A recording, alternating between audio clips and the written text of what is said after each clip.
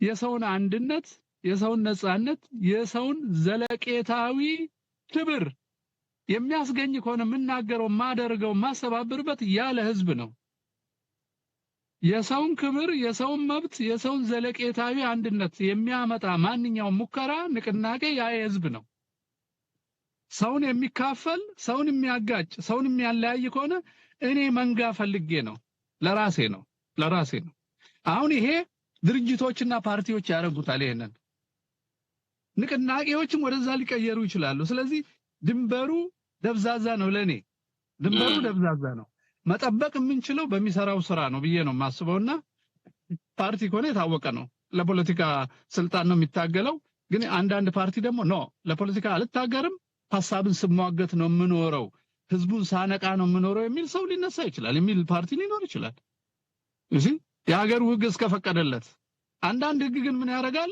ቁጭ ብለህ ከምትጎነትለኝ ተወዳደርና ስትወርቅ አፍህን ዘጋሃለው ብሎ ህግ ሊያወጣልህ ይችላል የሀገር ህግ እንደ ህጉ ነው ማለት ነውና ድንበሩ ደብዛዛ ነው በሁለቱ መሃል ያለው በኔ ግንዛቤና ንቅናቄ ግን ሞር አንተን ይመስለኛል ንቅናቄ ሞር ህዝብን ለማንቀሳቀስና በሐሳብ ለማስተባበር ለአክሽን የሚጠቅም ነገር ይመስለኛል ድርጅት ሲያስፈልገን ደግሞ ድርጅቱ ክሊር ነው መዋቅር አለው መሪ አለው ተጠያቂ ነው የተመዘገበ ነው በሆነ ህግ ነው የሚመራው ህግ ባለበት ሀገር የጦር መሳሪያ ባለበት ሀገር ግን አየር ላይ መንግስት ሁሉ ልታቋቋም ይችላል ሀገር ሳይኖር ንቅናቄያን ሁሉ የሚፈጥር ነው ለምሳሌ የስደት መንግስት ሊፈጥር ይችላል ለምን ነው የስደት መንግስት የሚያስፈልገው ይሄ ሀገር እንዳይፈርስ ከዩኤን ከተለያዩ ዓለም አቀፋት ሀገራት ጋር ለመነጋገር የህዝብን ሐሳብ ለማስተባበር ለምሳሌ ኔጎሺዬሽን አይቀርብም በሽግግር ስም ሀገር የሚበትኑ አካላት ቢመጡ እንኳን አይሆንም እያለ ካሁኑ ያስጠነቀቀ ህዝብን ያስጠነቀቀ የሚኖር የስደት መንግስት ሊፈጠር ይችላል ይሄው ንቅናቄዎች የሚወልዱት ነውና አይ ቲንክ ለኛ አይነቱ ሁሉም ሶስቱም ያስፈልጉናል ሶስቱም ግን መናበብ አለባቸው እኔ እንደሱ ነው ማስበው ዶክተር ሰሎሞን ለነገሩ እኔ ለዛ ኤክስፐርት አይደለም እኔ ሁሉ ጊዜ ከራሴና ከማየው አስቤ ስለሆነ መጽሐፍ አልጠቀስኩም በጣም ይቅርታ ይደረግልኝ አይ እኔ እንደውም መጽሐፍ መጥቀሱ ብዙ አካዳሚክ ነገር ይሆንና ከዋናው ነገር ግላ እየለየን ተቸግረናል ሆነን ለመናገር እና ባለው ላይ ተመርኩዘን ብንነጋገርም እመርጣለሁ እኔም እንደዛ ነው በእውነት እመርጣውና እስኪ ያሬድ ወደ አንተ ልምጣ ምክንያቱም ይሄ የፖለቲካ ድርጅት አንዳንዶቹ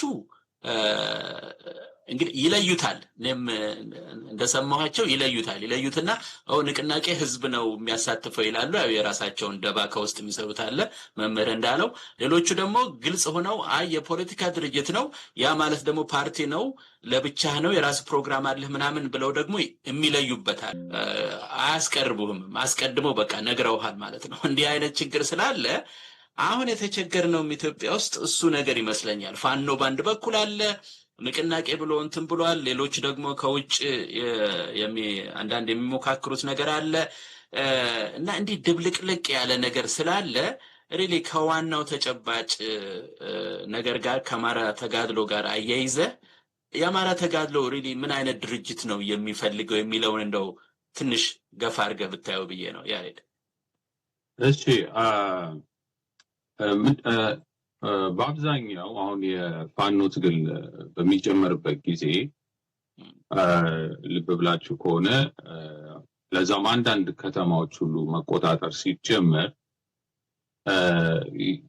ከውጭም ከውስጥም ያለው አካል ወይም ያለው ህዝብ ወይም ሚዲያዎች ሊሆኑ ይችላሉ ትልቁ ነገር ሲነገር የነበረው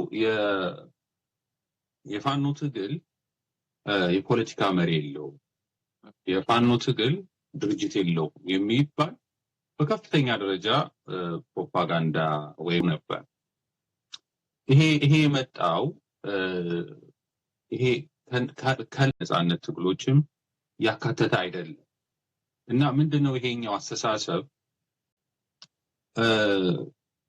ማንኛውንም ንቅናቄ የነጻነትም ትግል ይሁን ወይ ማንኛውም ነገር የሚመራው በፖለቲካ ፓርቲ ነው በዛ ላይ ማዕከላዊነት ያለው ነው ለምሳሌ መሪ ያለው መሪውን አጉልቶ የሚያወጣና ከዛ በኋላ ደግሞ የፖለቲካ ድርጅት መመራት አለበት የሚል አስተሳሰብ የመጣ ነው። እንግዲህ ከዛ በኋላ ከዚህ ከሶሻሊዝሙ ጋር ተያይዞ ብዙ በተለያዩ ሀገራት ላይ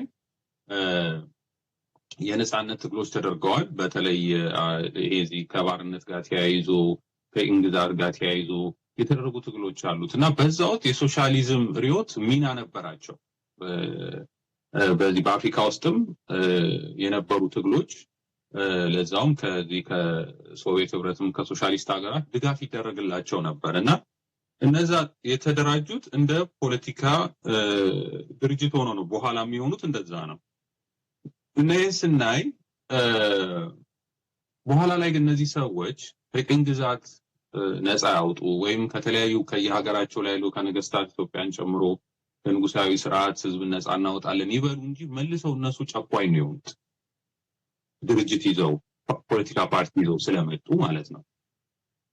እና እኔ አሁን የፋኖ ትግል በራሱ ፖለቲካ ነው። ምክንያቱም ፖለቲካ ማለት ስርዓተ መንግስት ስለሆነ ስርዓተ መንግስት ደግሞ 3 ዘርፍ ነው ያለው።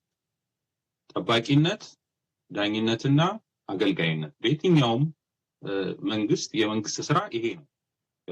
ስርዓተ መንግስት ስንል ማለት ነው።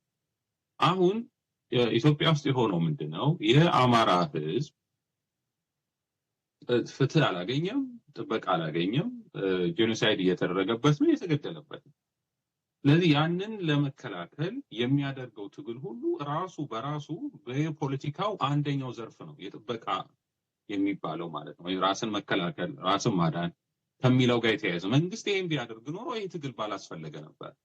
ግን ያ መንግስት ኃላፊነቱን መወጣት ስላልቻለ ነው አማራ ህዝብ ራሱን ለማዳን ራሱን ለመታገል። ለዛው ያ መንግስት ራሱ የተባለው ራሱ የአጥፊው አካል ስለሆነ ራሱ የጄኖሳይዱ አካል ስለሆነ ነው ህዝብ ይሄ ስርዓት ነው በደል እያመጣብኝ ያለው፣ ይሄ ከዚህ ስርዓት ነው ነፃ ላውጣው ብሎ ወደ ትግል የገባው ማለት ነው።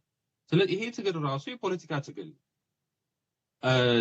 ከዛ በኋላ ሁለተኛ የሚመጣው የፍትህ ጉዳይ ነው። የፍትህ ጉዳይ ራሱ የፖለቲካ አንዱ ዘርፍ ነው።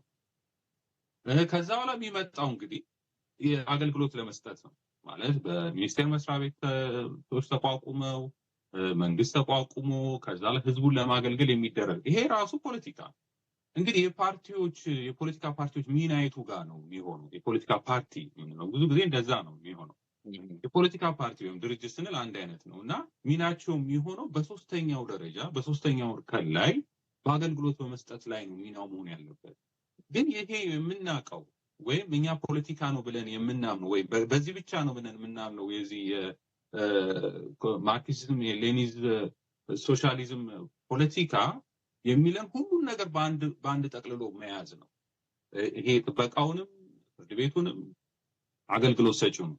ስለዚህ ይሄን ስለምናይ ሁሉ ነገር መመራት ያለበት በአንድ ፓርቲ ነው ብለን ስለምናስብ ነው። በኢትዮጵያ ውስጥ ተደጋጋሚ የተደረጉት ወይም በአፍሪካ ውስጥም የተደረጉ ንቅናቄዎች በሙሉ በፓርቲዎች ስለተመሩ ወይ የነጻነት ትግሎች በፓርቲዎች ስለተመሩ በመጨረሻ ላይ ያኛው ፓርቲ ይወጣና ስልጣንም ይዞ አይ እንግዲህ ሌሎች ፓርቲዎችም አልቀበልም ማን በሞተው ማን በታገለው እያለ ወደዛ ወደ ዲክታተር እንትኖች የሚመራ ነው።